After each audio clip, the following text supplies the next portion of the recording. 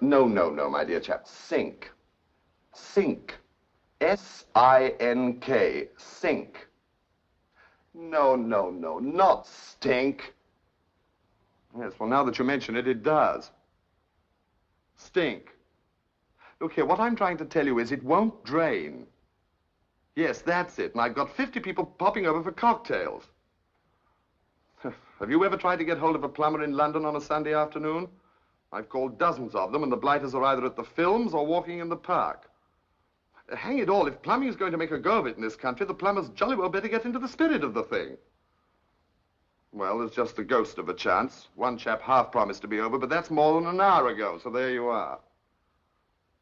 But look here, I can't just call up 50 guests. I can't call up such people as the Honorable Betty Cream and tell her my sink's out of order.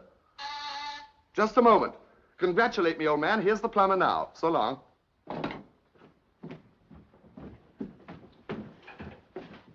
Come in, come in. Oh, excuse me. Hello? Yes? Yes, he just came this moment. Goodbye. Never been so happy to see anybody in my life. Right this way. Rotten of me to spoil your Sunday, but it's sink or swim, you know. Wait till you see the mess. Relieve the drain, relieve the strain. Bit of a poet, eh? Well, there it is. Frightful stench, isn't it? Just too awful for words. Yes, but it looks interesting. Very. What? Is there anything more arresting than a sink out of order? I beg your pardon? An everyday, ordinary, commonplace pantry sink. And yet, an analog of human frustration. Believe me, I know a lot about sinks. Yes, naturally, I'm sure you do, but we haven't much time. You see, I'm giving a party. And you're expecting your guests in a minute? Right. And you want your sink fixed? Right. Then what you need is a plumber. Right. But I thought that you... Oh, no, unfortunately. I'm afraid there has been a misunderstanding. You see, I came here to see an old friend of mine, Professor Lee. Professor Lee? Oh, well, he's in Scotland. You see, I sublet the flat. Now I am in a fix. Well, what about me? I'm in a fix, too. But what am I going to do? It's 4:30. You see, I wanted to see Professor Lee because... 50 guests, including such people as the Honorable Betty Cream, and she doesn't go everywhere, you know. You're the most selfish man I've ever seen. What? You don't even know me, and already you're not interested in me. Why don't you ask me why I want to see Professor Lee? All you're thinking about is the Honorable Betty Cream. Why don't you ask me about my landlady? Is she humane, or does she want the rent? Do you know, or do you care? No. Have you even said a fig for Betty Cream, my dear sir? Is there anything I can do for you? Well, is there? Oh, thank heaven. I'd misjudged you. My name is Adam Belinsky. Hilary Ames. I'm tired, my dear Ames. It's too bad Lee isn't here. By the way, do you know him? Not very well, no. Oh, magnificent fellow. He would have said, is there anything wrong, Belinsky? And of course I would have said, no, no, nothing. But he would not have believed me. He would have insisted on my taking a nap. Insisted, I assure you. He had the most charming way of forcing 20 pounds on one. Made you feel you were doing him a favor. Remarkable fellow. Obviously, well, I'm not precisely in the habit of forcing things on people, but if I can be of any service. My dear Ames, this is kind of you. Not at all. Do have a nap.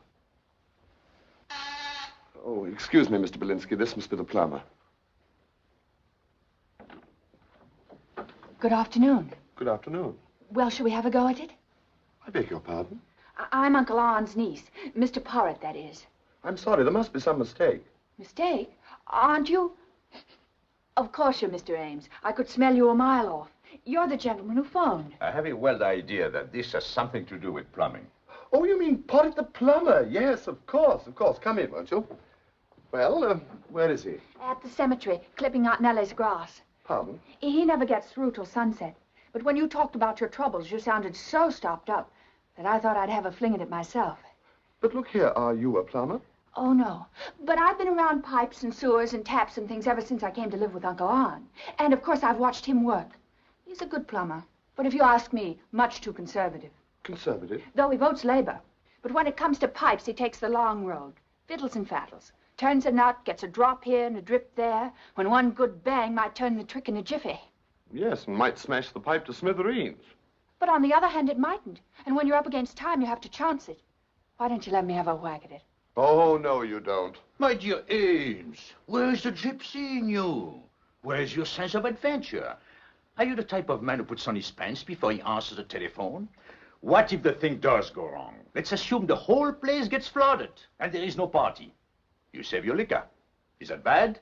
But if this girl succeeds... Please, sir, do let me.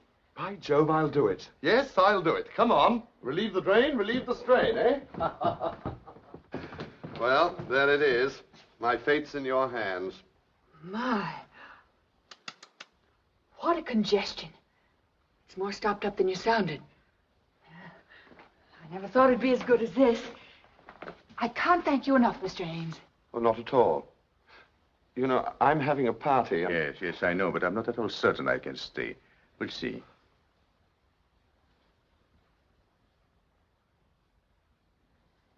You see, she's not dressed for plumbing. But what woman is? Well, here we go.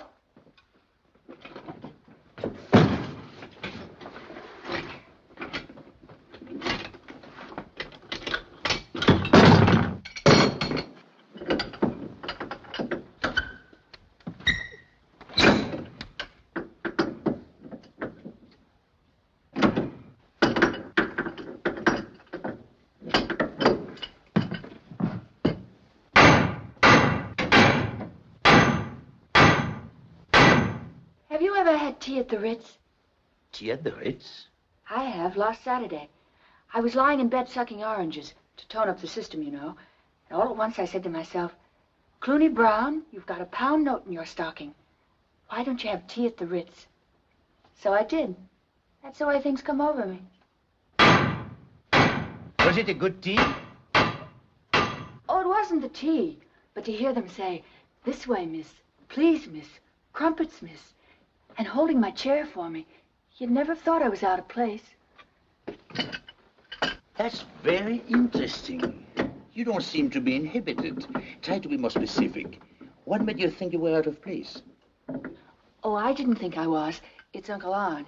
He's always telling me, Cluny Brown, you don't know your place. Think of your place. Cluny Brown, you ought to learn your place. Look here, this is no time for light conversation. What does Uncle Ern think your place is? He didn't say. Because he doesn't know. I say it's 10 to 5. Nobody can tell you where your place is. Where's my place? Where is anybody's place? I'll tell you where it is.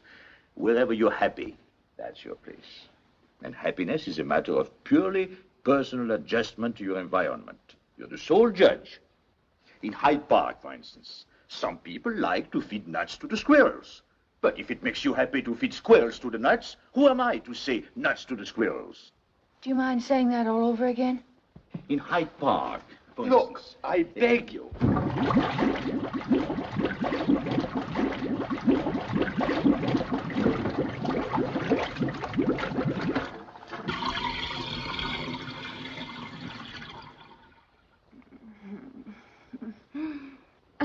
Oh, what a wonderful day this has been for me. My first sink and my first cocktail. A martini cocktail with an olive. Thank you. You've been so understanding. Have some more. Should she? Definitely. Oh, yes, thank you.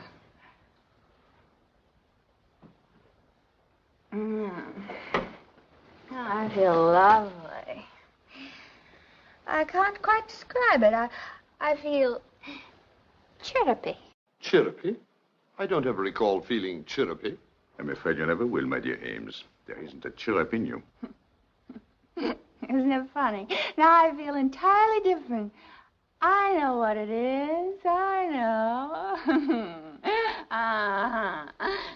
It's coming over me. That Persian cat feeling. Meow. Meow.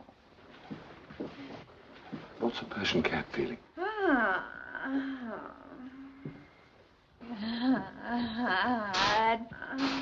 I'm sorry, but it's getting late. It's never too late for a cat. You're lying there in bed reading that wonderful travelogue in the Daily Mail and wanting to go places and wondering if you ever will. And all of a sudden, you're a cat and you start to climb.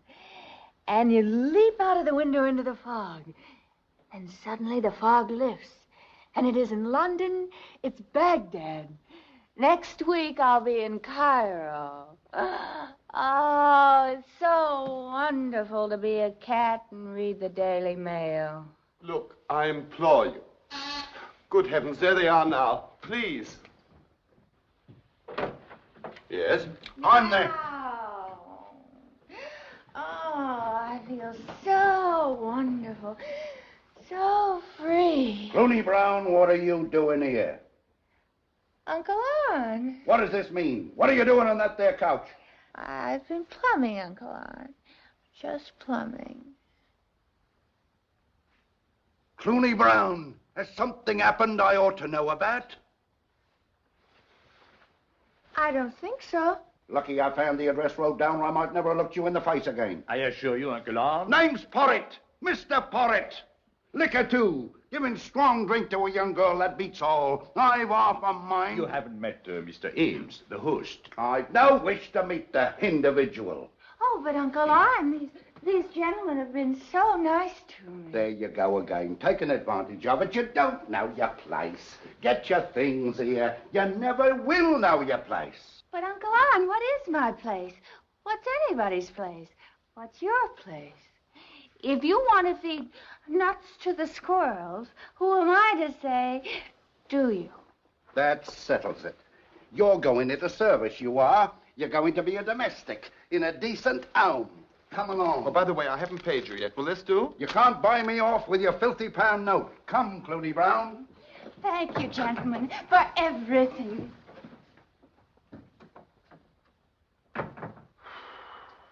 A British subject calling a symbol of the empire filthy. Permit me. Filthy? I differ with him emphatically, Ames. When the lower classes start throwing away pound notes, the upper classes better look out. I dare say. Perhaps you wonder who I am, or maybe you don't care. But I spend a great part of my time on the fringes of Mayfair. I'm never asked to parties, but I go to them just the same. And I'm known to everybody. Why do people go to cocktail parties? Because people give cocktails. Why do people give them? Because people go to them. It's a vicious circle, like perpetual motion. Oh, it's depressing. Parties and people laughing with Europe on the brink. Yes, Hitler and Vienna and Prague, and people go around having fun. Oh, I'm so tired of hearing Hitler and Mussolini and... Betty, I'm surprised. You talk like a superficial girl who thinks of nothing but a pink and white complexion. You seem to like it, until Hitler came between us. Well, I still do. Oh, intensely, Betty. But you must realize we're on the verge of a war. Well, then stop talking and do something about it. I have. I've written a letter to the Times. Well, then there's nothing to worry about. Are you having a good time, Miss Green? Marvelous, thank you. Oh, Miss Cream, you know, when I first saw you, I said to Archie, there's Miss Betty Cream. And then I said, no, that can't be Miss Betty Cream. But after all, there's only one Betty Cream, isn't there? Everyone makes such an absurd fuss over her. She's simply unbearable. She's got the worst manners of any girl I know. She's cold, conceited, and callous. 2 martinis, please. Yes. Have you, asked her to marry you lately? Day before yesterday. What'd she say? She said no, as usual. She doesn't stop to think. She hasn't any brains. If she turned me down once, I don't think I could ever ask her again. I don't think she ever will get married. Perhaps she doesn't want to.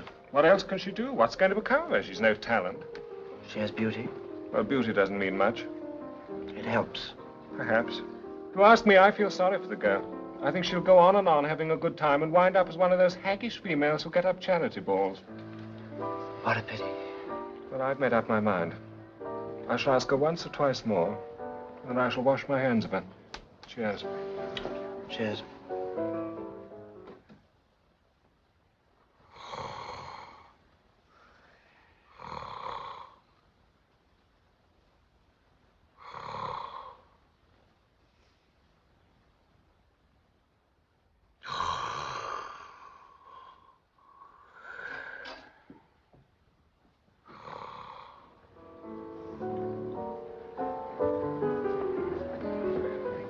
Found something interesting. A man. The place is full of men. But this one's in bed. Come and have a look.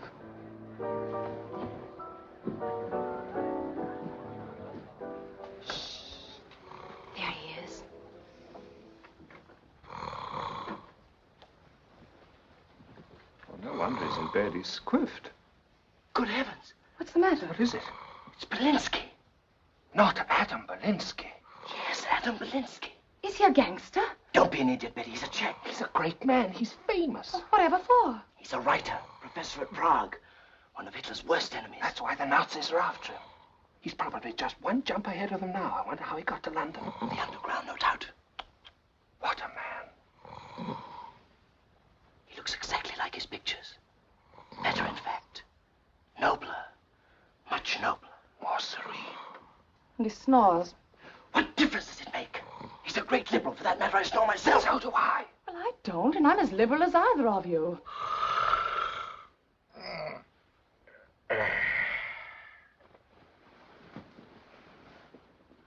Hello. Hello? We know who you are. You can trust us. I'm Andrew Carmel. I'm John Fruin. How do you do? I'm Elizabeth Cream. I know. You are honorable, and you don't go everywhere. We don't mean to pry, but you are in trouble. Aren't you, Professor? Well, yes, as a matter of fact.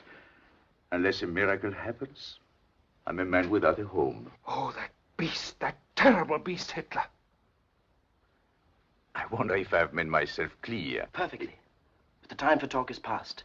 We must do something. Yes, what can we do about him? Gentlemen, I'm afraid you are a little confused. Oh, yes, we know we are. There's so much muddled thinking. That's why we're glad you're here. Oh, put us straight, will you, Professor? I have an idea. Let's scram out of here. A step in the right direction. All right. But it must be somewhere safe. After all, the professor is our responsibility. Definitely. Have you any suggestions, sir? Well, I should say the Ritz is a good, safe place. Splendid. Let's go.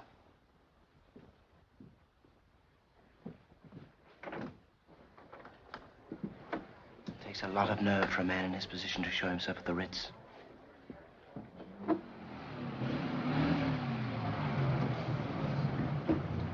Well, thanks for a delightful evening. Thank you, Professor. Oh, it's been a privilege. You must come to tea with Andrew and Fruin one day soon. Thank you, Miss Cream. Thank you all. Good night. Good night. Oh, Professor. Professor, are you safe here? Are the people in this house trustworthy? Tell me, who lives here? Who lives here? People who have to. Professor, I beg your pardon for bringing this up again, but since you have honored us with your confidence... Since you have. Professor, we both feel that the 20 pounds you were gracious enough to accept is most inadequate. Most. Would you reconsider and take 50? We'd feel much better about it. Oh, much better. My dear friends, I beg of you. I need 20 pounds, and you were good enough to lend me 20 pounds. And that's all. We don't want to seem rude, Professor, but 50 pounds... Oh, we frankly don't see how you can accept less. You mustn't press me any further. I insist. We understand perfectly, Professor. Perfectly. However, should the occasion arise when I need 30 additional pounds, you will give it to me and nobody else. Is that a promise? My word of honor. Oh, we appreciate this. Good night. Good night. Great man. Really a great man.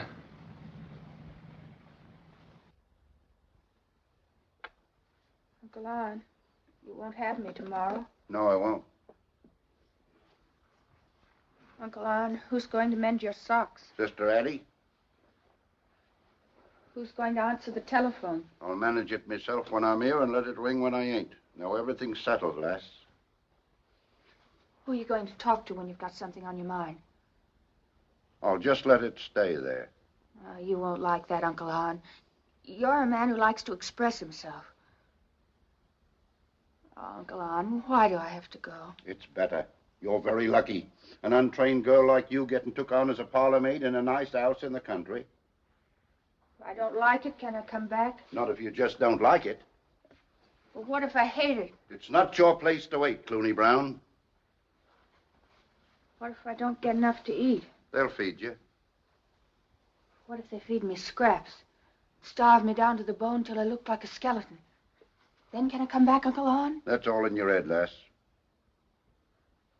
What if they knock me about? They won't. But what if they do? Well, then send me a line. But be sure they do. Here.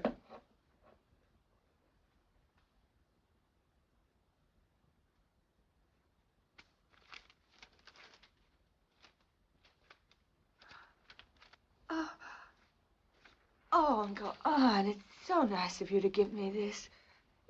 It'll remind me of home. I'll think of you ever so often. Now, you keep your mind on your work. Now, be a good lass and hurry up.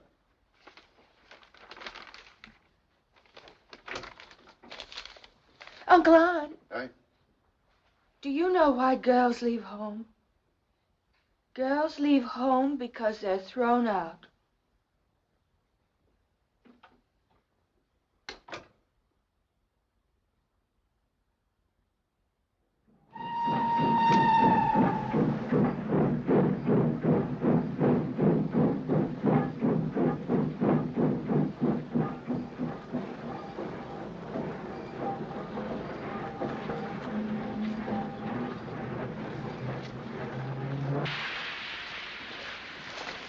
Everything all right, Herbert? Yes, sir. Good.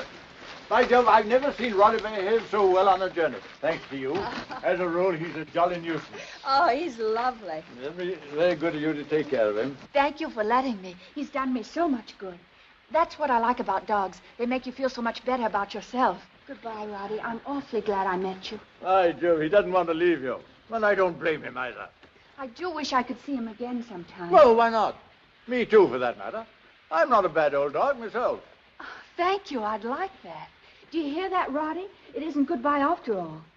By the way, where are you going? I'm going to Friars Carmel Manor. By Jove, is that where you're going? Neighbors of mine. Henry and Alice are old friends. I don't see Henry's car about anywhere. Let me give you a lift, Miss... Cluny Brown. Oh, of course. Herbert, take Miss Brown's bag, will you? Oh, I don't want to put you to any trouble. Nonsense, it's a pleasure. I'm Colonel Duff Graham. It's wonderful how a dog can bring people together, isn't it? Yes, yes. So it is. I never thought of that.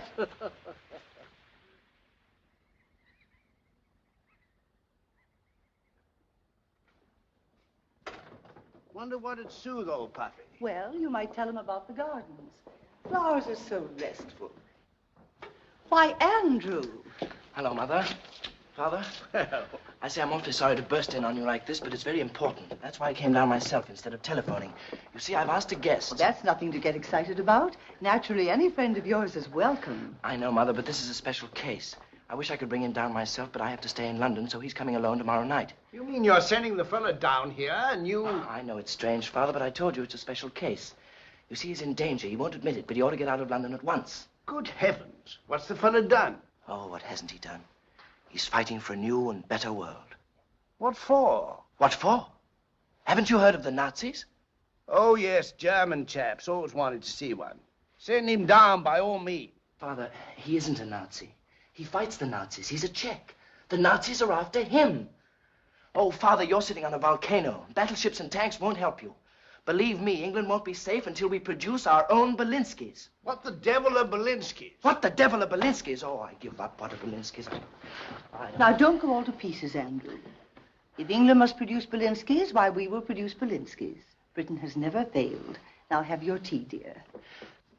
Mother, Belinsky is the man's name. Professor Adam Belinsky. Oh, I see. Of course, we'd be glad to make his weekend as pleasant as possible. Mother, this isn't the matter of a pleasant weekend. It's a matter of life and death. I don't know how long he's going to stay. It may be a week, it may be a year, it may be permanently. Permanently a total stranger? Isn't that stretching it a bit? But, Father, he's given up everything. He hasn't any money. You mean the beggar's broke? Oh, you can't call a man broke just because he hasn't any money. Mother, I'm sure you understand. I'm depending on you to be very kind to him. Of course, dear. Now, let's have tea. I'm sorry I can't stay. I've got to get back to London But immediately. you just got here. I wouldn't rush off like this if it weren't most urgent. Thanks so much, darling. Andrew, it isn't Betty Cream, is it? Of course not. Now remember your promise, Mother. I'll see you as soon as I possibly can. Goodbye. Goodbye, Father. Goodbye. I shouldn't be at all unhappy if it were Betty. Nice girl, sits the horse well. Why doesn't he marry and have done with it?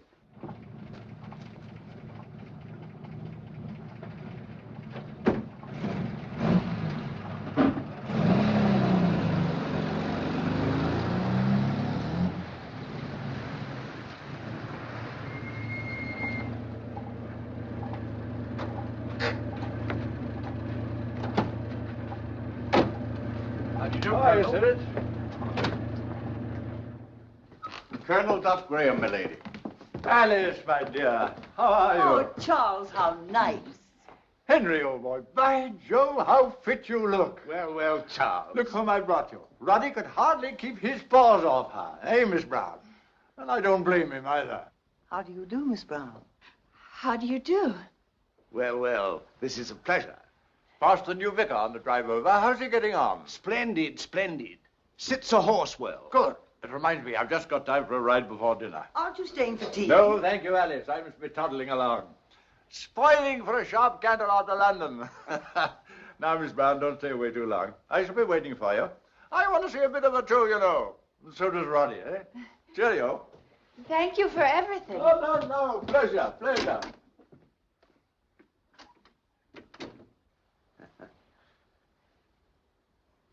Won't you sit down, Miss Brown? Shall I? Certainly. Please. Have some tea.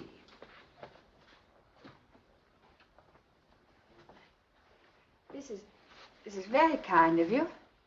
Milk or lemon, Miss Brown? It really doesn't matter.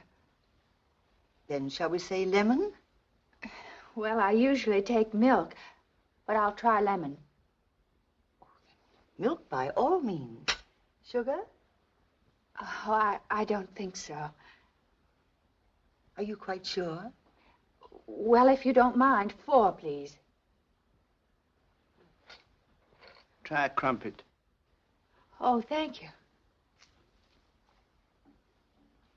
Thank you.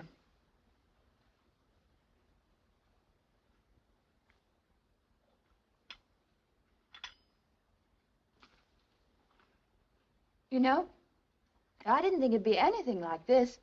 You've both been so kind, and it's so lovely here. I've never seen such beautiful flowers in my life.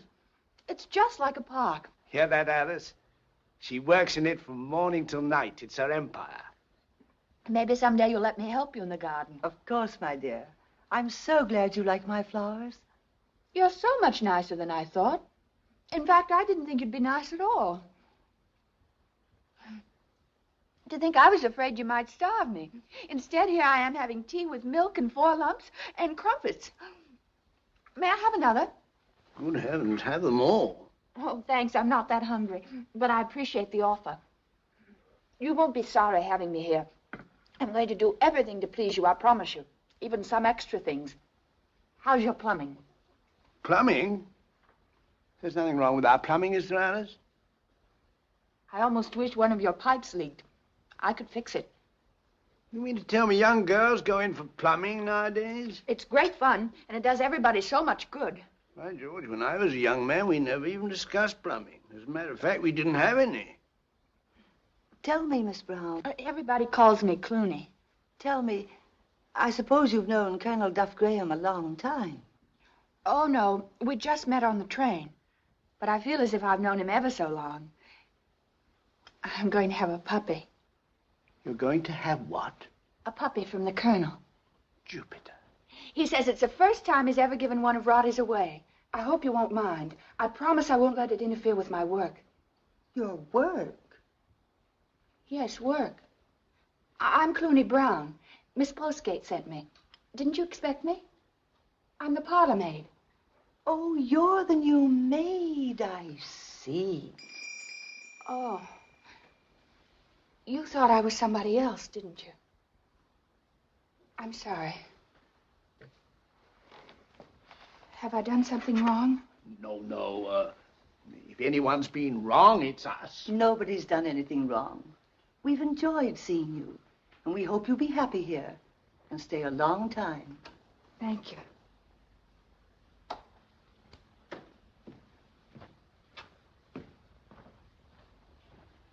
Sirit, this is Cluny Brown, the new maid.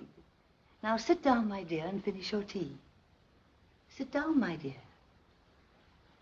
And when you've finished, Sirit will take you to Mrs. Maley, the housekeeper. Very good, milady. Well, Alice, I'd better get at that letter.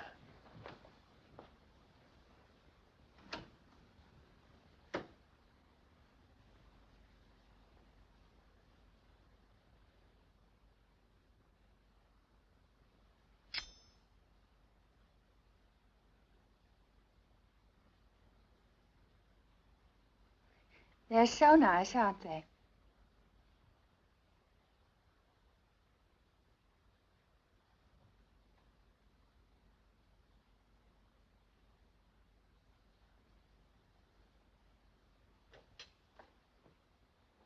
I'm finished. Follow me, Brown. Brown? Everybody calls me Cluny. You'll be called Brown here. Maybe she got onto the wrong train, Mrs. Maylie. Maybe she ran off with an handsome stranger. That will be enough, Weller. Things like that have happened before and might happen again. Mrs. Brown, Mrs. Maylie. Mrs. Maylie, the housekeeper. Where have you been, Brown? Having tea with Sir Henry and her ladyship. What? It seems... Well, it wasn't my fault, really. Mr. Siddle will give me the necessary information later, if you'll be so kind. With pleasure, Mrs. Maylie. Thank you, Mr. Not Siddle. at all. Now then, take off your hat, please. I'm afraid you'll have to do something about your hair. Should I leave, Mrs. Maylie? Please don't, Mr. Siddle. I'd appreciate your opinion in the matter. And may I say I agree with you completely, Mrs. Maylie? I knew you would, Mr. Siddle. Your appearance is part of your work. Precisely. I understand this is your first place? Yes. I see. We must begin at the beginning. You say ma'am to me and sir to Mr. Siddle. And her ladyship to her ladyship. You will perhaps never see her ladyship or Sir Henry. But if by chance you should find yourself in the same room with them, you will not be in the room. You will see and not see. You will hear and not hear. And should her ladyship happen to address you, which I very much doubt, but if she should, you will answer yes, milady, or no, milady, depending on the circumstances. However, these things will come to you more easily when you've put on your uniform. I couldn't have stated it better myself, Mrs. Maylie. Thank you, Mr. Siddle. And now, Brown, Weller will show you to your room. But before you go, if I haven't made myself quite clear... Oh, you've made yourself quite clear. I understand perfectly. For instance, if I feel like... What was it the gentleman said? Oh, yes. If I feel like feeding squirrels to the nuts, this isn't the place for it.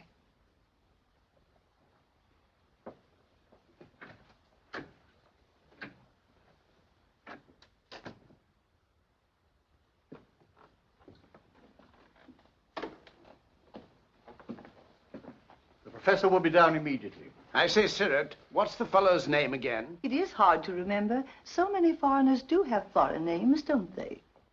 May I make a suggestion, sir? Go ahead. Think of the fur, Kolinsky. Oh, Kolinsky. And now, substitute B for Ko. Bielinski for Kolinsky, and you have it, sir. I remember that. What's the name of that fur again? Professor Belinsky. Ah, Professor, how nice to see you. You're very kind, Lady Carmel. How do you do, sir? How do you do? Have a glass of sherry, old man. Professor, you're most welcome here for as long as you care to stay. How very hospitable you are. But I don't feel I should accept before you know more about me. Andrew has told us all about you. And about this Nazi business. You don't have to worry with Constable Birkins around. Great man for warding things off, Birkins. Oh, I have the utmost confidence in Constable Birkins. But after all, the Nazis are across the channel. However, what worries me is right here with us. I have no dinner jacket. Dinner is served, milady. Sir Henry, I couldn't bear to face you in a lounge suit across the dinner table. Well, wore a lounge suit myself once at dinner. In Naples. Went slumming, didn't want to shock the natives. Oh, shall we go in? Andrew will lend you a dinner jacket, Professor. He has two. It doesn't matter tonight, but as a favor, if... Oh, it's not really important. But you see, my husband likes me to dress for dinner.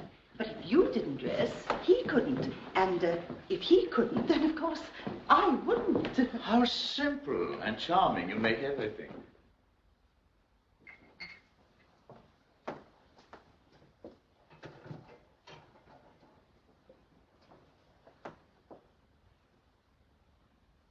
May I say something? Oh, please. Go ahead, Belinsky. This royal throne of kings, this sceptred isle, this other Eden, demi-paradise, this land of such dear souls, this dear, dear land, this blessed plot, this earth, this realm, this England. To Shakespeare.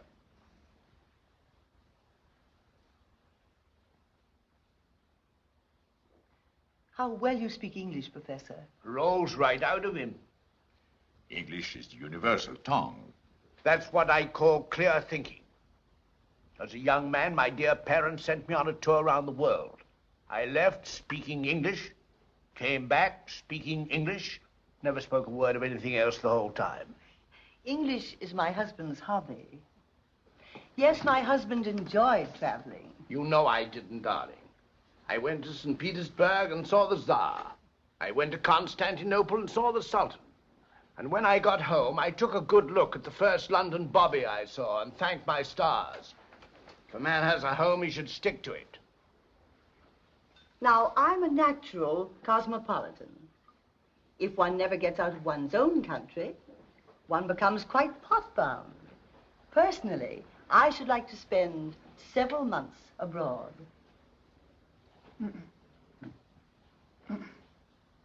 What? Don't take that piece, sir. This one on the right. Much better. What? It hasn't so much fat. It's browner and bigger. You won't regret it, sir.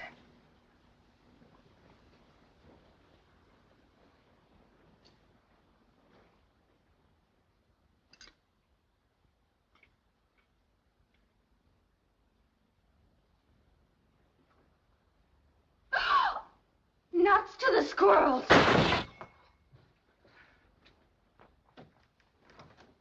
I'm very sorry, milady. Outrageous, preposterous, strikes me speechless. A maid choosing my mutton for me. She will be dismissed immediately, sir. Oh, one moment, Sir Henry. You took the piece she suggested. May I ask you why? Because the other piece had a blob of fat on it. And this one is browner, leaner, and bigger. And you liked it better. And hang it all, it's just not done. What a pity. It should have been done long ago. Does it occur to you that for generations, the lords of Carmel have probably eaten the wrong piece of mutton? That's a very interesting way of looking at it. Besides, it's so difficult to get domestics to come to the country nowadays. Well, she needn't have dropped the platter and insulted my friend. What was it she said to you? I remember very well, sir. It was, if I may take the liberty of repeating it, nuts to the squirrels. Doesn't make sense. No, it doesn't. It should be squirrels to the nuts. But I have an open mind. And if someone says to me, nuts to the squirrels, I accept it. You may be inclined to say that to me yourself someday when you know me better. And I'm not so sure that you will include the squirrels. That's much too deep for me, Belinsky. If I may say so, milady, the sooner the young woman is dismissed, the better. Oh, please, Monsieur Siret. I know that in the policies of the kitchen, the balance of power rests with you. I also know that as a guardian of English customs and traditions, this young woman has offended your sensibilities. But permit me to quote someone to whom everything English was also dear. The quality of mercy is not strained. It droppeth as a gentle rain from heaven. To Shakespeare.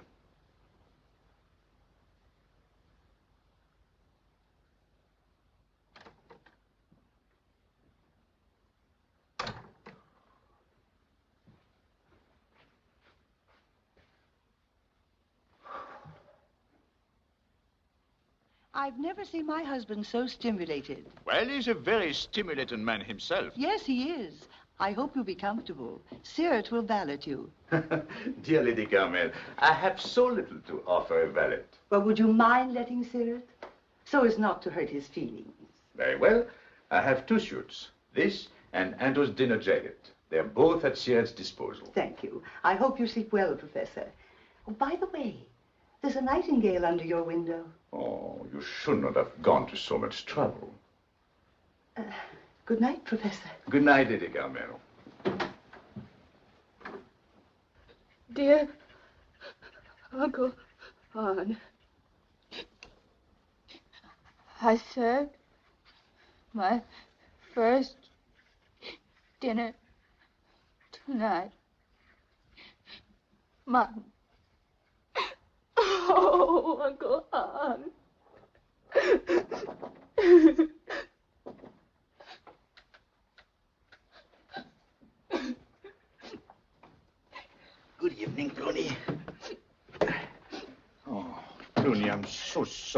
upset you? How do you do, Mr. Belinsky? For heaven's sake, how did you get here? To Friar's Carmel, of all places. Tell me, what happened? It's all Uncle Arn. You remember my uncle, don't you? Yes. Oh, but what's the use? Here I am in a uniform. Oh, Mr. Belinsky. Oh, now, Cluny. Look at me, I'm here, too. And I haven't even got an uncle. And, after all, you are at least a maid. I'm only a guest. And I would have to wear a uniform, too. A dinner jacket. But I don't want to be a maid all my life. I'll go on and on, dropping platters, putting hot water bottles into cold beds, and having Wednesday afternoon off in the village where the cinema opens only at night. What about me, Cluny? I'm a city man. I love crowds and traffic and lights, smoke in my lungs. What have I got? A big-mouthed nightingale right under my window. Oh, it's so good to talk to someone who's out of place, too. Yes, Cluny. Talk to me at any time. Open your heart to me. Ditto. Oh, Mr. Belinsky.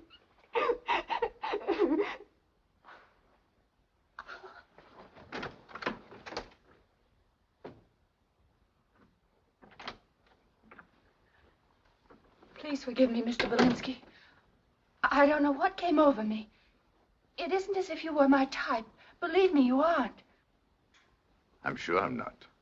I understand perfectly. You were just happy to find a friend here, and so am I. We must go on being friends. And as we're not our types, that should be easy. You know, we're like two people on a desert island, waiting for a ship to rescue us. That's right, Cluny, but, you know how it is in a desert island. You wait, and then you don't wait anymore. Cluny Brown, let's admit it. We're in danger. Today we are not our types, but as time passes, we might not look so bad to each other. If we are at Friar's Carmel long enough, who knows? You might even find me tolerable, and I might find you the most beautiful creature in the whole county. It's not much of a county, but that's all we'll have.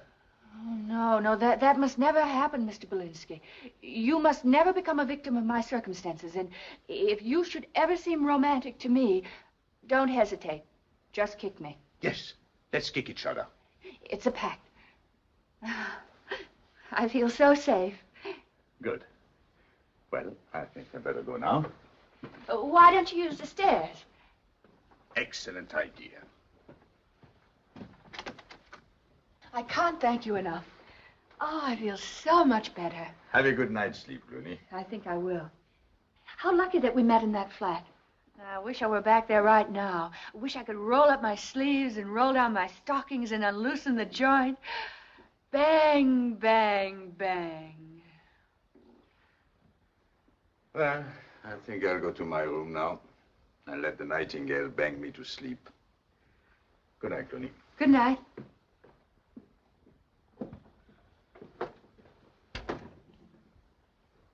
Well, Mrs. Maley? I agree with you, Mr. Sirrett. But then, it's so difficult to get girls to come to the country. What do you expect?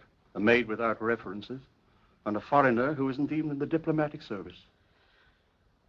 I hesitated to tell you, but now I believe I should. This foreign gentleman rose at dinner and addressed me directly. Oh, no. Yes, Mrs. Maley. Sir Henry and Lady Carmel's guest spoke to me as an equal.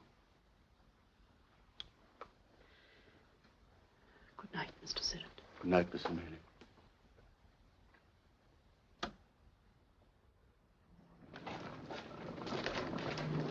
Good afternoon, Constable. My water. Afternoon, Bergie. Oh, Mr. Fetlock. Cluny! Oh, hello, Mr. Belinsky. Just look at you. Violets on your shoulders, roses in your cheeks, and a garden on your head. What's the occasion? Don't you know? It's your birthday. No. It isn't my birthday, is it? Oh, Mr. Belinsky, don't you know what day this is? I've lost count. It's Wednesday. Is it? Oh, Mr. Belinsky, it's my day off, from 3 to 7. Oh, of course. Perfect. No wonder I've always loved Wednesdays. From 3 to 7. 4 hours, all to ourselves. 240 minutes. And if you think of it in seconds, I'll cancel all my engagements. In fact, I'll ignore them. Cluny, the village is ours. Oh, it's awfully sweet of you, Mr. Belinsky, but I think I should tell you. Something has happened. What? You know Mrs. Maley suffers from rheumatism. You haven't caught it, have you? Oh, no. But you see, if Mrs. Maley hadn't sent me to the chemist shop for Pear Tree's liniment, I might never have met Mr. Wilson, the chemist. That's the way things happen. Think of it. Mrs. Maley's swollen knee might change my whole life. Oh, is it as bad as that, Cluny? Well, I don't know. What would you think if a gentleman invited you to tea, and to meet his mother, too? I wouldn't go. But I've already accepted, and I'm certain I did the right thing. I'm sure you did. You know, Mr. Wilson's the only chemist around here for miles and miles. Oh, it's so exciting to meet a man who's surrounded by hundreds of bottles, and every one of them life or death. Mr. Wilson hinted when we get better acquainted, he might let me watch him make up a prescription. But this is confidential. Your secret will be buried with me. Well, Cluny, it looks as if your ship had come in. The glass of beer I was going to offer you seems awfully flat beside all those bottles and phials filled with magic. Well, have a good time, my dear. Thank you. Goodbye, Mr. Belinsky. Goodbye, Cluny.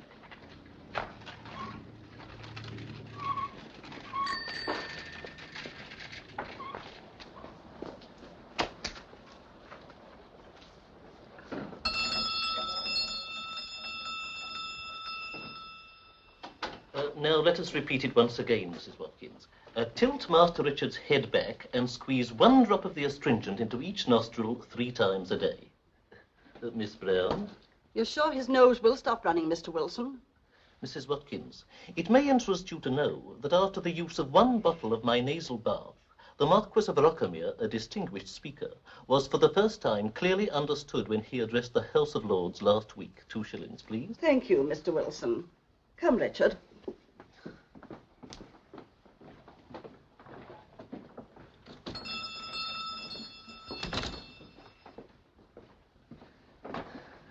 Good afternoon, Miss Brown. Good afternoon, Mr. Wilson. Well, Miss Brown, I could relish a crumpet or 2. And you? Ditto. Then, shall we step into the parlor? Oh, Mr. Wilson, didn't you notice anything? Notice what? The way I look. Well, I remarked about it the last time I saw you. I said you looked intelligent. Oh, no, that's not what I mean. Here, the garden on my head. Well, I don't object to it myself, but my mother might think it a little frivolous. Oh. Well, then I'd better take it off. Oh, thank you. I hope you understand. I do. I should have been satisfied to look intelligent. Then, shall we?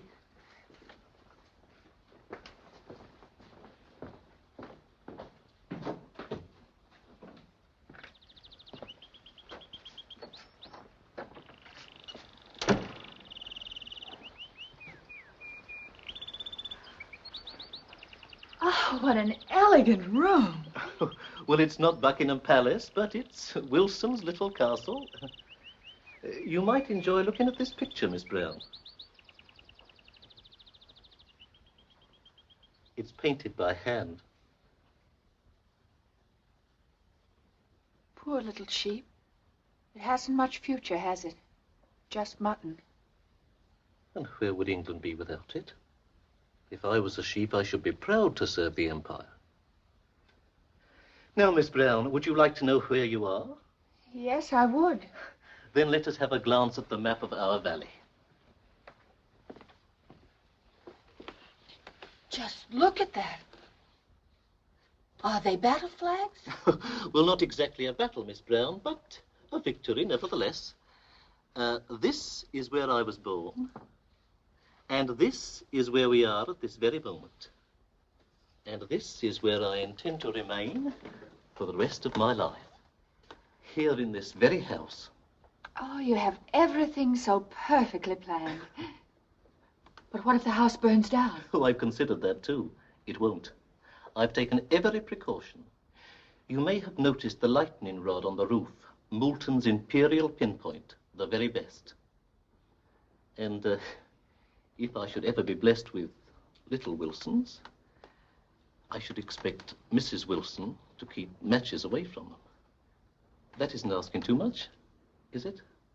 Oh, no. I think that's the least Mr. Wilson could expect from Mrs. Wilson. Now I shall call my mother. Oh, however, if in spite of all my provisions a slight blaze should occur, it may reassure you to know that I am chief of the Friars Carmel Volunteer Fire Department. Oh, Mr. Wilson, you aren't. I am. It would be almost worth a fire to see you in action. Thank you, Miss Brown.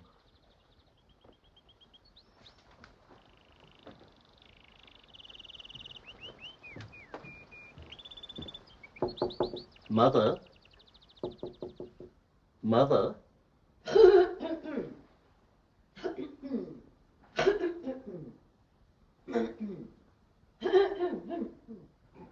Mother's been resting.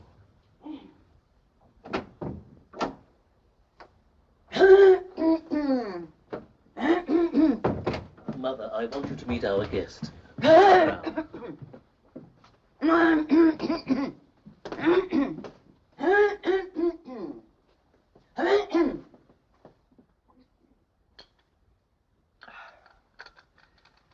And now, Miss Brown, if you have no objection, I shall play something on the harmonium. Oh, you play the harmonium, too? Is there anything you don't do, Mr. Wilson?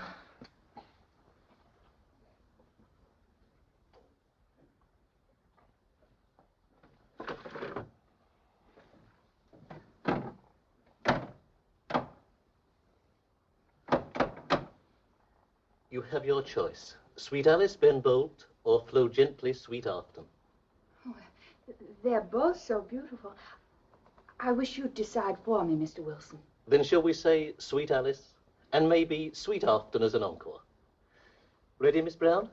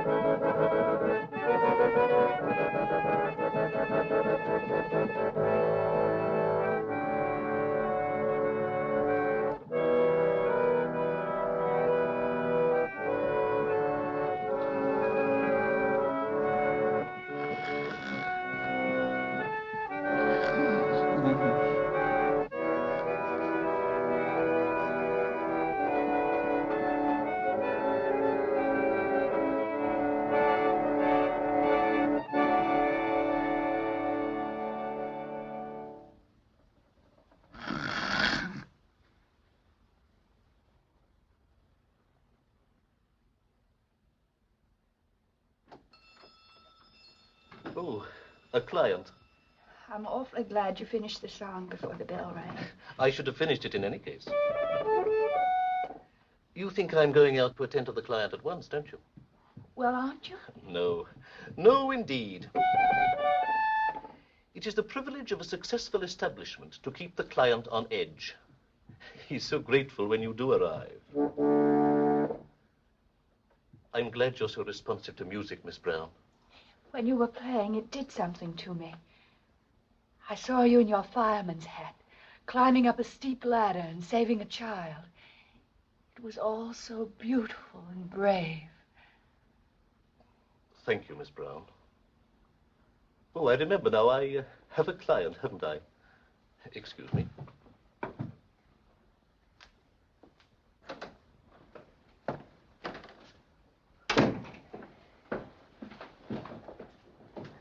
Yes, what can I... Hello? Hello? Outrageous.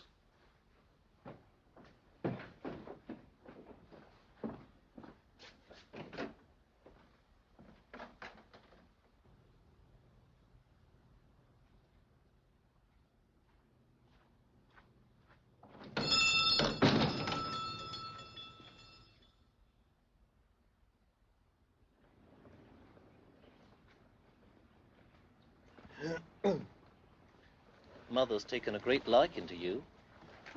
How do you know? She didn't say anything. That's the point. Mother doesn't waste words on flattery. If she speaks, it's to correct faults. Oh, I like your mother, too. Once or twice, I thought she was going to smile at me. She likes to see a young lady who doesn't put stuff on her face. If I may say so, so do I. Well, it wouldn't do me any good. I tried it, but I look worse. They all look worse, only they haven't the sense to know it. Oh, it's Mr. Belinsky. Hello, Mr. Belinsky. Hello, Cluny Brown. Mr. Belinsky, this is Mr. Wilson, the chemist. How do you do? How do you do? Mr. Belinsky's staying at Friars Carmel. Oh, a friend or relative of Mrs. Maylie or Mr. Sirrett, I suppose. Oh, no, he's a guest of Sir Henry and Lady Carmel. Guest? I understand Mr. Wilson's surprise. A guest is not ordinarily aware of the existence of a maid. That's what troubled you, Mr. Wilson, wasn't it? Exactly, sir. We understand each other, don't we, Mr. Wilson? Oh, thank you, sir. Well, you see, we at Friars Carmel do not consider Miss Brown merely as a maid. No, we are very proud of our Cluny and interested in her welfare. And above all, in her friends. Naturally, I understand, sir. Oh, 7 o'clock, Miss Brown. Yes, how time flies. Yes, it does. But we must learn to fly with it. You're going to be a bit late. And I certainly don't want to make a bad impression on Mrs. Maylie. Well, I'd better lope along. Goodbye, Mr. Wilson. Goodbye, Miss Brown. Thanks for a wonderful afternoon in Sweet Alice Ben Bolt. A very worthy young lady. I'd like a word with you, Mr. Wilson. I'm at your disposal, sir. Mr. Wilson, I presume that you have weighed your intentions toward Miss Brown as carefully as you weigh the contents of a pill. I assure you, sir, I am not the sort of man who would invite a young lady for tea, merely to while away an afternoon. Well, I must admit I was worried about Cluny, but you have relieved my fears, Mr. Wilson. You couldn't have prescribed a better sedative than yourself. Oh, thank you, sir. Not at all. Good night, Mr. Wilson. Good night, sir. Oh, Mr. Wilson. Yes, sir. You don't drink, do you? Oh, no, sir. Good.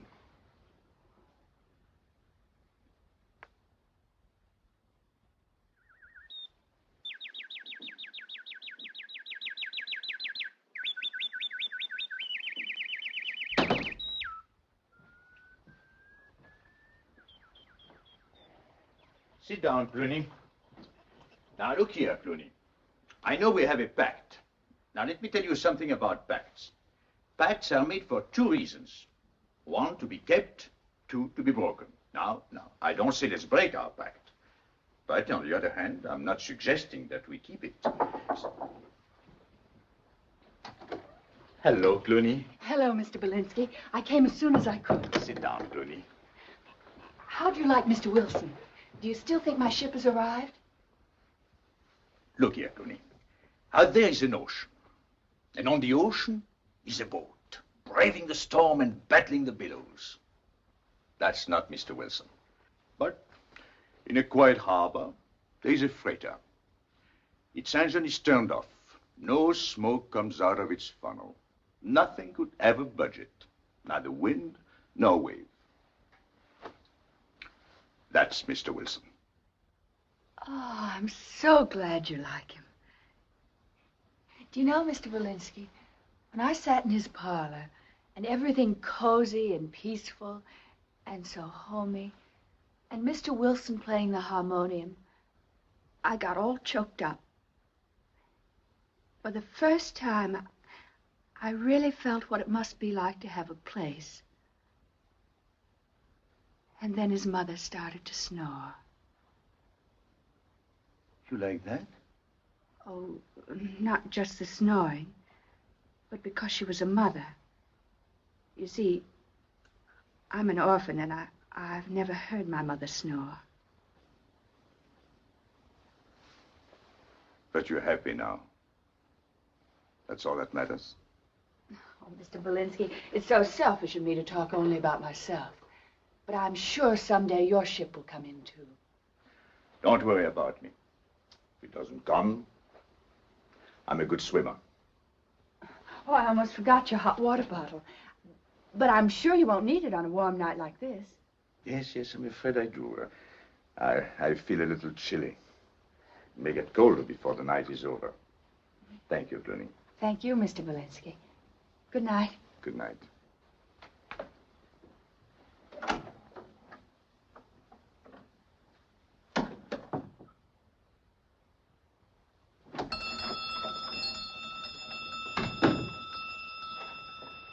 Yes? Outrageous!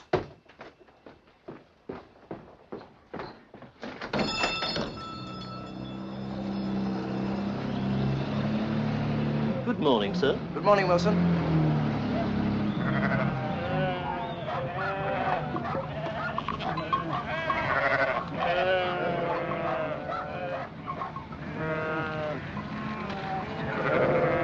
Well, Professor Belinsky. Andrew! What are you doing here? Just clearing the streets for your arrival.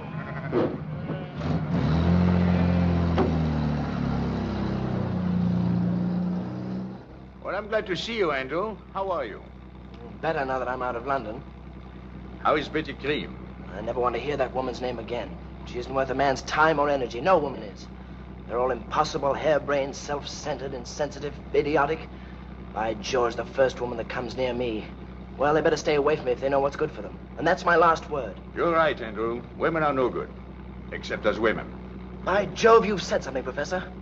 I must remember that. How are you? I've neglected you shamefully. What's been going on? Have you noticed anything suspicious? Anything that looks like a Nazi?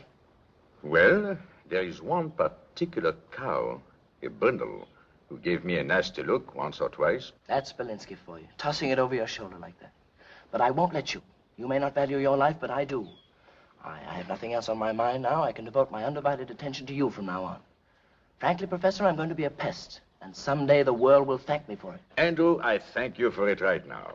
But if you would only listen to me, I've tried to tell you so many times. I'm not in danger. You're not in danger? Well, naturally I am. Oh, that's more like it. But so are all my countrymen.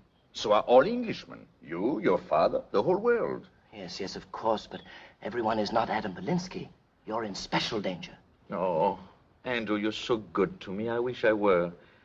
Of course, I had a bad time of it until I reached England. I'll bet you did. And mind you, I may have a bad time of it again if they ever publish my book here or in America. What's holding it up? The publishers.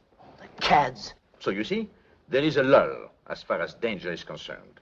Now, why don't we take advantage of the lull and relax, shall we? No. No, I won't relax. I'm going to write another letter to the Times. Good. No, I'll join the RAF. Better. Join the RAF. Rise above the Times. Don't say anything to Mother. No, not a word. Morning, darlings. Hello. Hello. Why, that's Betty Cream. What's she doing here?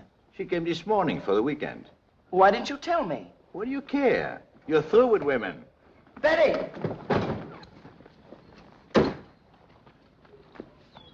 Hello, darling. Why did you come here? Your mother invited me. Why did you accept? But I didn't want to refuse. That doesn't make sense. Doesn't it? Did you know you were coming here when I saw you last night? Of course. Why didn't you tell me? Well, you didn't ask me. How was I to know you'd have the nerve to come down here after the row we had? Did we have a row? I don't remember. Oh, this is too much. We had a row that all London is talking about, the kind of a row that London won't forget for a long time. But what's a row to you? Nothing. You haven't even the decency to acknowledge that we had one. Oh, I don't want to hurt you, darling. If we ever have a row again, do tell me we're having one, so we may have a long, long chat about it afterward. Oh, rot. See you later, darling. Come on, girl. Come on.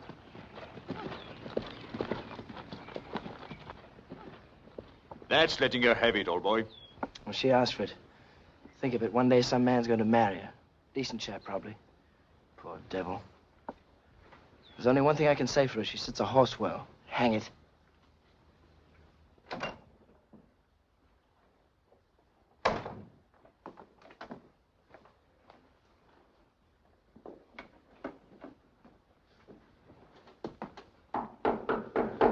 Yes?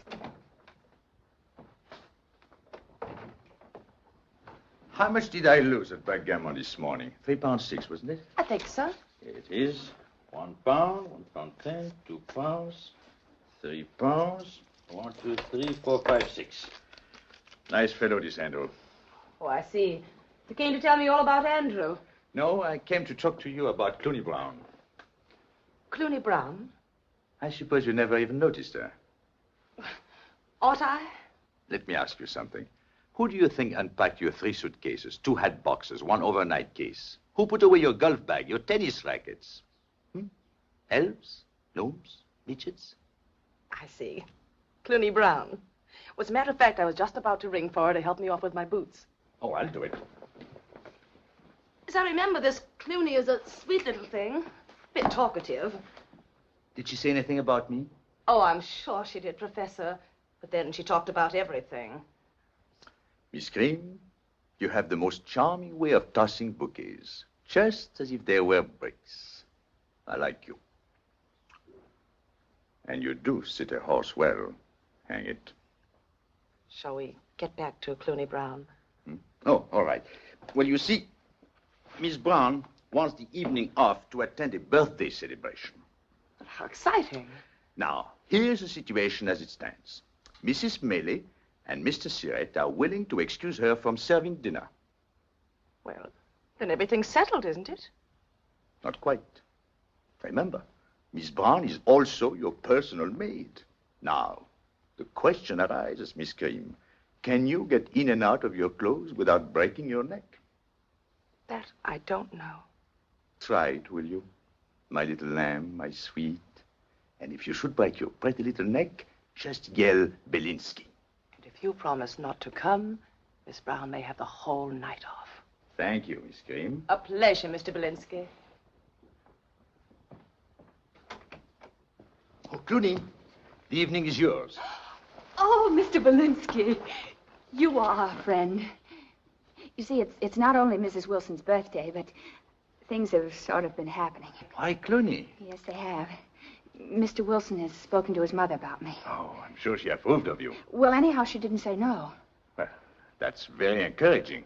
And then Mr. Wilson asked his aunt, and Mr. Latham, his solicitor, and everybody possibly could ask. Did he ask you? Oh, no, that's just it. You see, he might tonight, or he might not. That's the suspense. Oh, and so romantic, Cluny.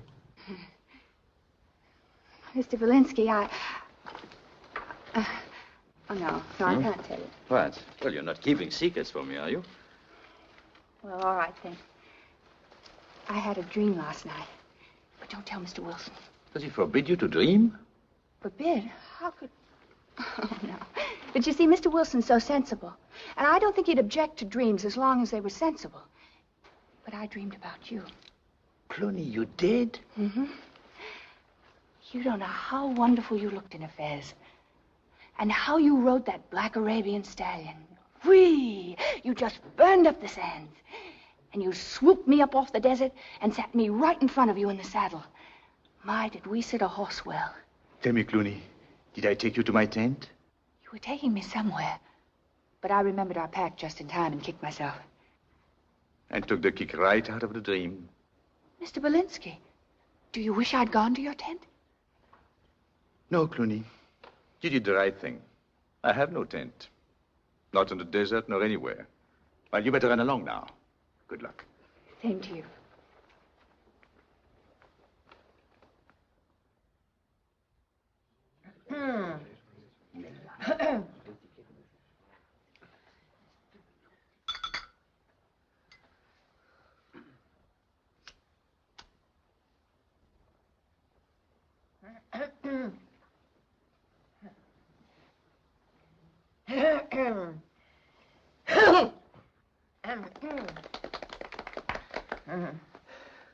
Mother, friends, as the Romans so aptly put it, tempora mutanta. That is to say, times change. 65 years ago, Mother wasn't even here. And today she has been here 65 years. Tempora certainly do mutanta. Thank you. But before we examine those 65 well-spent years, let me thank you all who came to celebrate this joyous occasion. You, Mr. Snaffle, Mrs. Snaffle, Miss Snaffle, Mr. Tupham, Mrs. Tupham, and Mr. Latham.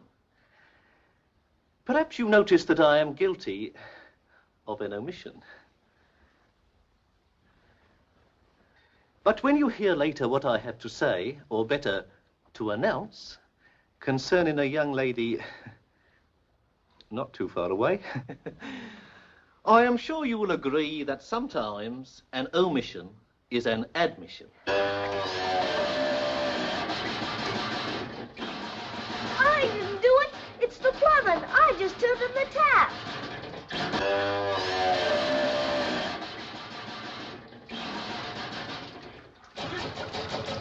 It's the plumbing, Mama. Don't say that. But it was. Sit down and be quiet. Let's go on. 65 years.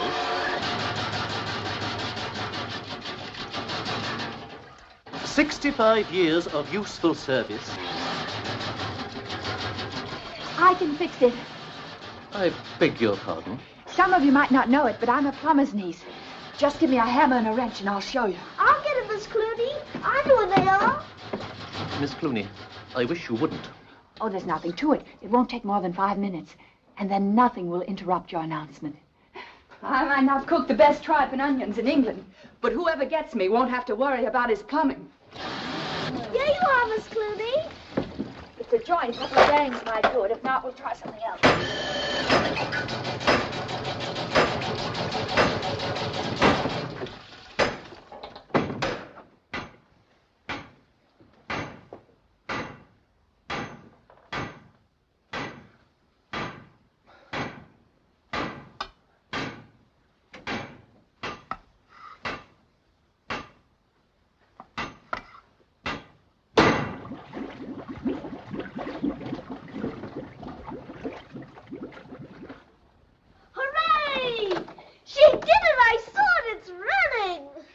That's my birthday gift to your mother, Mr. Wilson.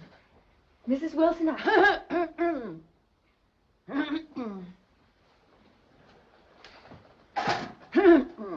Good night, Mrs. Wilson. Good night. Good night, Mrs. Wilson.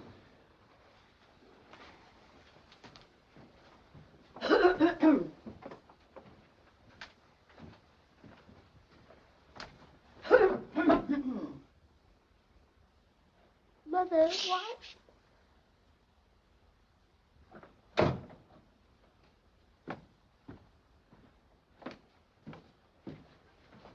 what's the matter? Is your mother ill? No. Mother just wanted to be excused. Goodness me, it's getting late. Yes, we really must be going. It's quite late. Thank you very much for a delightful evening. I hope it wasn't too much for your mother, my boy. I hope not. Good night, Mr. Wilson. Good night, Mr. Wilson. Good night, Mr. Wilson. Good night, Mr. Wilson. Good night, Mr. Wilson. Thanks for letting me watch, Cluny. You were a great help. Come on, Ronald.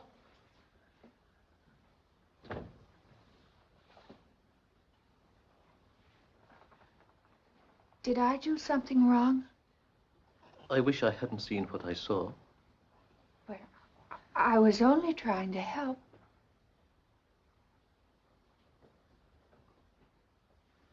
I'd rather not discuss anything till you make yourself presentable.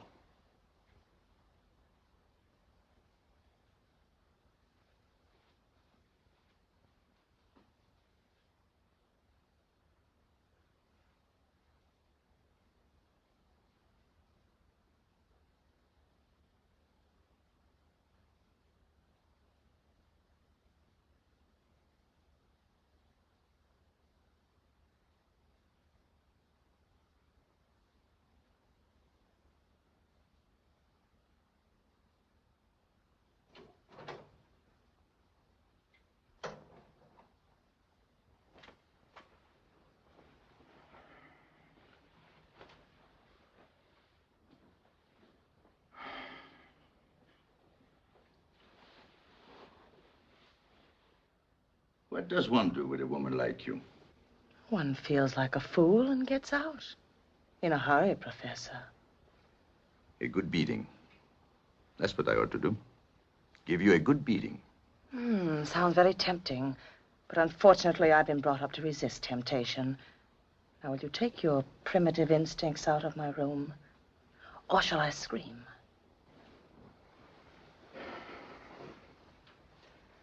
Why are you so vicious to my friend Andrew? Oh, I see. This time you came to talk about Andrew. And I thought it was a personal call. You're sure it isn't, Professor? Miss Cream, you hold no attraction for me whatever. None. Really? That creamy complexion, those blue eyes, those rounded shoulders, those... Well, I assure you, all this means very little to me. How little? Not much. Then why is your hair so carefully combed? And why do you smell like a perfume salesman? Well? It is me, isn't it? I'm afraid it is. I must have smeared a lot of stuff on my hair. I usually don't do that. Now, why did I do it now? I wonder why. You know, that would be an interesting problem for a psychoanalyst. I could have sworn that I came here for no other reason than to speak for a friend. Now, is it possible that when I reached for a brillantine, way down deep in my subconscious, I was reaching for something else? Betty, I'm beginning to doubt my motives. I wish you'd get out. And I don't mean subconsciously. Well, good night.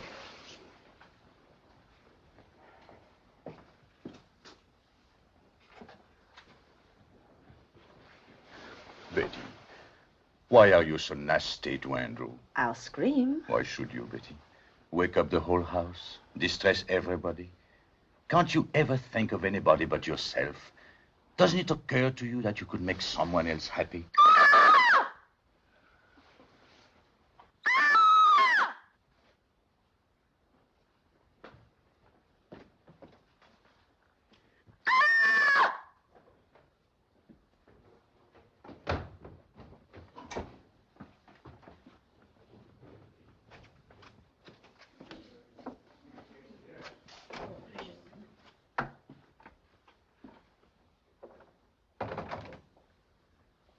What's happened?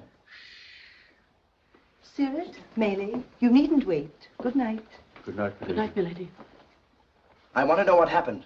Well, I'm sorry. I was looking for the bathroom, and I mistook the door. And what are you doing with those books? Yes, what am I doing with these books? You know, that would be an interesting case for a psychoanalyst. I could have sworn I'm so that... sorry, Lady Carmel. I heard my door open and thought it was a burglar, and so I screamed. Yes, that can easily happen in strange houses. Getting the doors mixed. Dear me, what an exciting evening.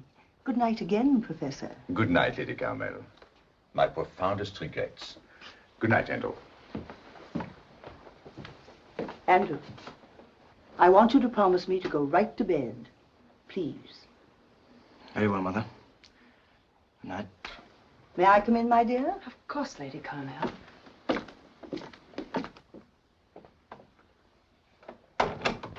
Get back into bed, Elizabeth. Yes, Lady Carmel.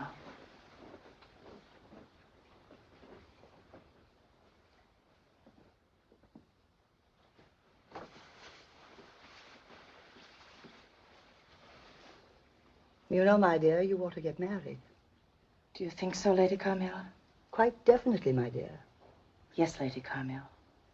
You going to marry Andrew? Yes, Lady Carmel. Then I think you should tell him so, because he's getting quite nervous. I'll tell him tomorrow. Thank you, Elizabeth. Now go to sleep. And tomorrow we'll have a long talk, especially about the gardens, because they're all planned 3 years ahead. Yes, Lady Carmel. Good night, dear. Good night.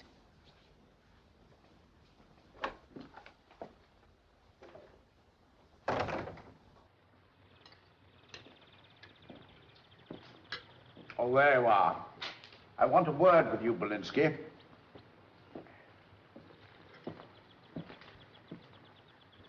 Sit down, have some breakfast. I don't feel like breakfast today. Sit down anyhow. I want to talk to you, man to man.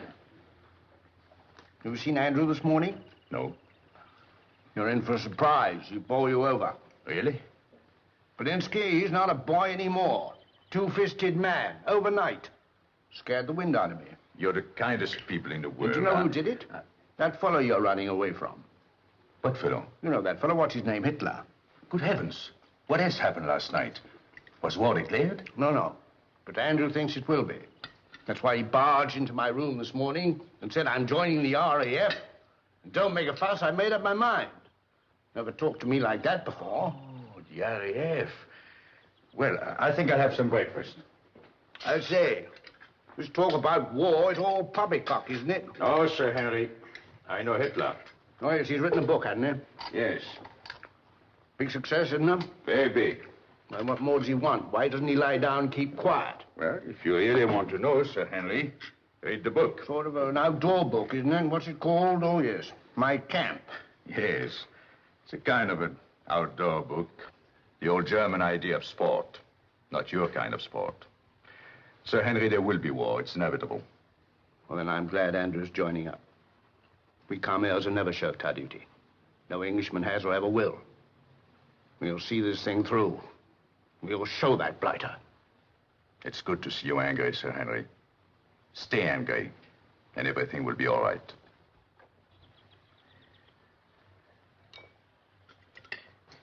Henry, have you ever seen such roses? Good morning, Professor. Good morning, Lady Carmel. Good morning, Miss Cream. Good morning, Professor Belinsky. Good morning, Andrew. Morning. Oh, Professor, you've heard the good news about Betty and Andrew, haven't you? You may congratulate us if you like. We're going to be married. Imagine all this going on last night, Adam, and we slept through it all like a couple of babes. I wish you all happiness.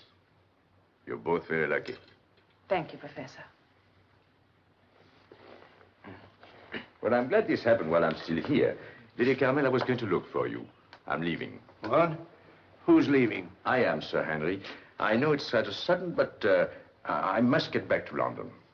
It's most urgent. But you're coming back right away, aren't you, Adam? Well, I wish I could, Sir But you Henry. are coming back. Now, Henry, we must leave that to the Professor. We're very sorry to see you go.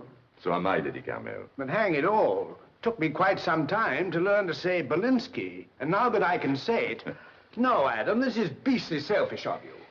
Oh, Professor, I want a word with you. Please, Andrew. No, you're right, Andrew. Give him a good dressing down. Tell him what's what. I intend to, Father. Professor?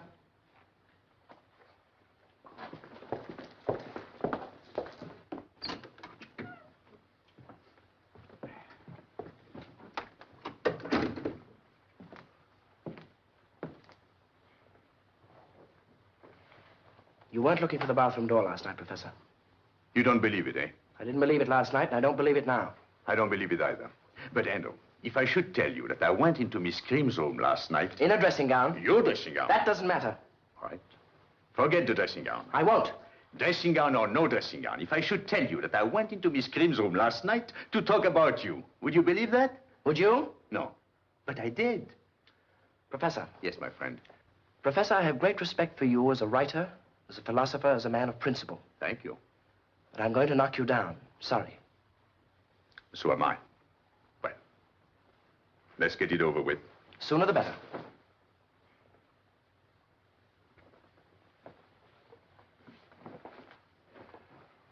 Just a moment. Shouldn't we remove this vase? Oh, yes. It's Mother's favorite. It's very thoughtful of you, Professor. Not at all. You ready? Yes, my friend. All right. Wait a minute. How much do I owe you? I don't know. It doesn't matter. But it does matter. If anything should happen to you, I want to be sure of how much I owe you. Let's see. You lent me 20 pounds in London. Oh, forget it. What kind of a man do you think I am? Forget 20 pounds? And the 4 pounds you lent me yesterday? And the 3 shillings I found in your dinner jacket? Are we going to have this out, or aren't we? Indeed we are. But I want you to know that I'm fighting under a handicap. The fact that I have to hit a man who lent me 24 pounds, 3 shillings, may slow me up badly. Are you ready? Yes, I'm ready. But I want to be fair. Now, I'm not trying to scare you. But I think you ought to know that I was once the lightweight champion of all Czechoslovakia. And I think you should know I was middleweight champion of all Oxford and Cambridge. Middleweight, eh? Pretty warm, isn't it? Rather.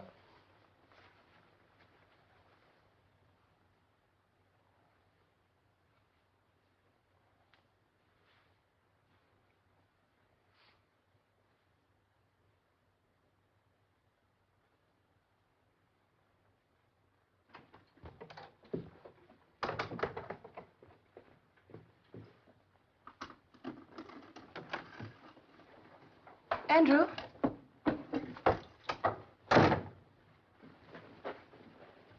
What's the matter? Nothing. What are you hiding? I'm sorry, Betty, but this is something that doesn't concern you. Why, Andrew Carmel, are we starting out with a secret? Is this the kind of marriage we're going to have? Oh, darling, trust me. Please trust me. Darling, if I trust you now, I'll always have to trust you, and I won't. Now, what have you got behind your back?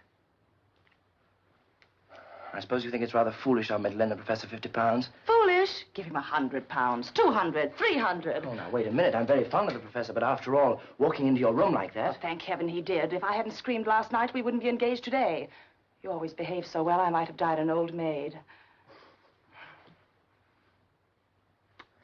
You're so right, Betty. We all behave too well. We never do the wrong thing at the right time. I've said it before, and I'll say it again. What England needs is more Belinskys. I think one is quite enough. Come along, darling.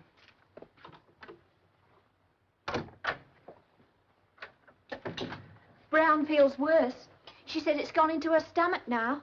She says if it was only a pain like you get after eating a whole plum pudding, she wouldn't mind. But she says it's more like swallowing a Monday morning. That's enough, Wella. Go upstairs and do the beds. Yes. Really, Brown never should have had last night off. She should have been dismissed long ago. Her handling of the china has been sinister. I will say, though, she's clean and willing enough. I don't mean to be harsh, Mrs. Maylie. I don't say she clipped the Cupid's wing on the punch bowl deliberately, but it's clipped, Mrs. Maylie. And what about the master's hunting trophies? I shall never forget the day she dusted the left eye out of Sir Henry's moose. No, Mrs. Maylie. He was not born with the instincts and talents of a second maid. You're so right, Mr. Sirrett. So right. One is born to things, or one isn't. I remember when I was a little girl, I used to say to my dolly, "Did you bring your ladyship? Shall I bring you tea, milady?" Mrs. Maylie, 15 years ago, when I saw you for the first time, you were removing the crumbs from Lady Carmel's bed with such earnestness, crumb by crumb. I knew instantly you had the spark. Thank you, Mr. Sirrett. Not at all, Mrs. Maylie. Good morning. Good morning, sir. Good morning, sir. Please forgive the intrusion. I have been to the village, done some shopping. I came to say goodbye. I'm leaving. Indeed, sir? I will miss you, Sirrett. And so will my one suit. Very much indeed. You know, you brought glamour into its sordid life. You creased and increased its self-respect. You gave it hope. Thank you, Monsieur Sirrett. Thank you, sir. Shall I pack your things, sir? Oh, that would be very kind. This is for you, Mrs. Maylie. Thank you. Thank you, sir. Where is Cluny? I have a little something for her. Brown's indisposed. Oh, nothing serious, I hope. Oh, no. I'm afraid the birthday party was a bit too much for her. Oh, I see. Don't you think she's a fortunate girl, sir? It isn't often a person in her place attracts a man like Mr. Wilson. Yes, indeed. A man like Mr. Wilson. Shall I call her? I'm sure it's all right. right. No, please. Don't, no. No, it's better like this. Will you be kind enough to give her this for me?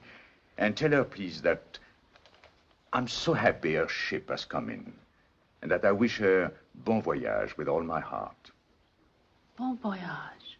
I'll tell her, sir. But should she ever feel unhappy, tell her just to close her eyes and say, "Squirrels to the nuts."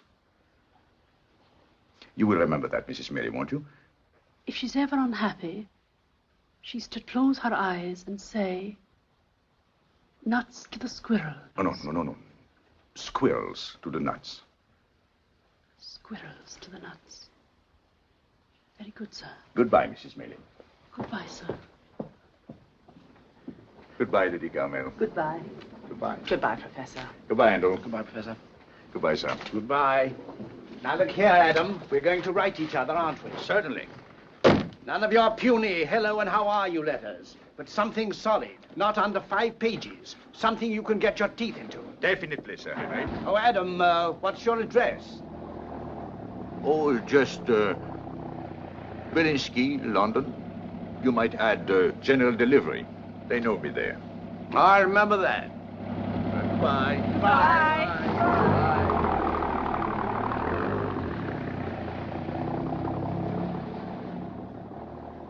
Good chap, that. Great man. General delivery. So appreciative of everything.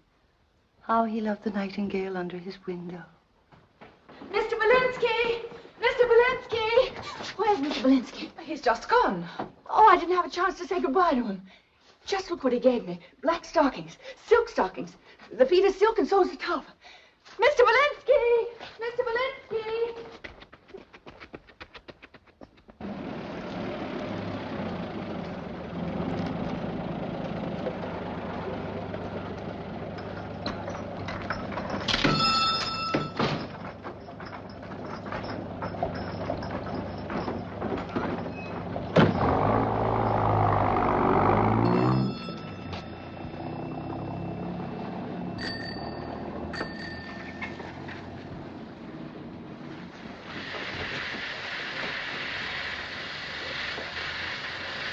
Mr. Belinsky! Mr. Belinsky!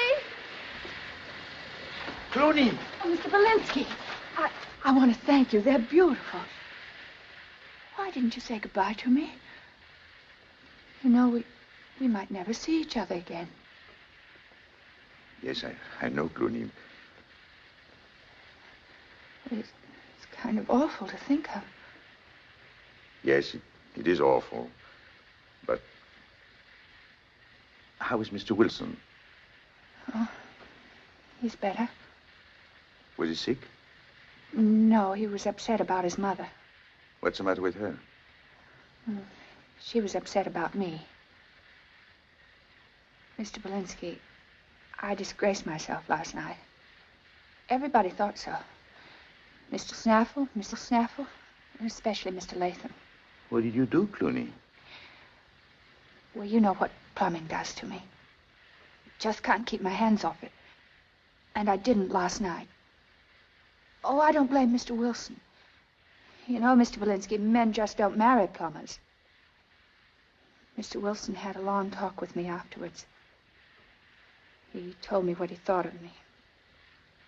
Some of it was in Latin.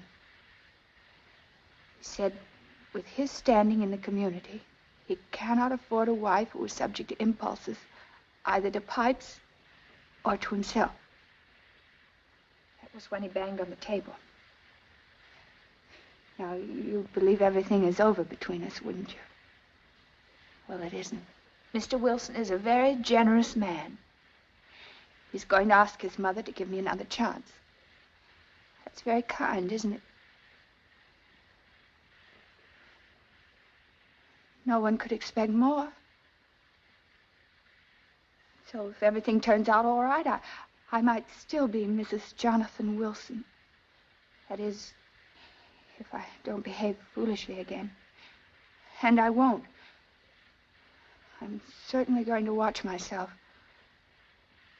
One can't be foolish and have a place in life, can one?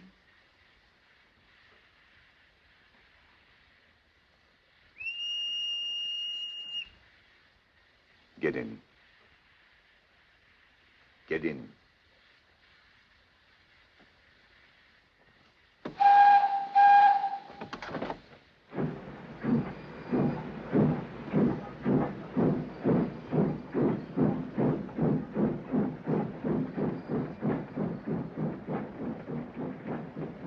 Where are we going, Mr. Belinsky? General delivery. Are you expecting a letter? Always. That's what's so wonderful about general delivery. Letters pour into it. Millions of them. Greetings from all over the world. You know, I've passed it many times and I've never thought of that. You do make one see things. And among all those millions of letters, there might be one for us, Cluny. It might be very disappointing, but it might be good news. It might come from America. Mr. Belinsky, you sound as though you like me. Cluny, if I were rich, I would build you the most beautiful mansion with the most exquisite and complicated plumbing. And right in the middle of the most elegant housewarming party, I would hand you a hammer and say, ladies and gentlemen, Madame Cluny Belinsky is about to put the pipes in their place. Madame Belinsky. That's as good as Mrs. Belinsky, isn't it? Take off that silly cap.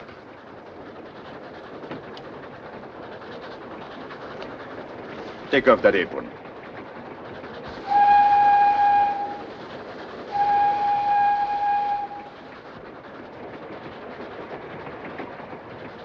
You will never have to serve 3 meals a day again. On the other hand, you might not have 3 meals a day. Sometimes maybe only one. And sometimes maybe only none. I don't care so long as we eat it together, Mr. Belinsky. Just for that, we're going to have 3 meals a day. With hors d'oeuvre and champagne and snacks between. You know what you've done to me? I was going to write a book. Morality versus expediency. With luck, I might have made barely enough money for myself. But now, you know what I'm going to do? I'm going to write a bestseller. A murder mystery. A murder mystery? What's it going to be about? A murder. A man gets murdered. Who's the man? A rich man. Oh, yes, there's no use murdering a poor man. How right you are. You see how well we work together? Who killed him? Who did it? For 365 pages, I will not know myself. But when on page 366 it finally comes out, will I be surprised? And so will millions of others. Cluny, this book will make enough money for both of us. Oh, but, Mr. Belinsky, what if there should be 3 of us? Then I'll write a sequel. But why limit ourselves? I'll write a serial. Oh, Mr. Belinsky, I don't think I'll have much time for plumbing.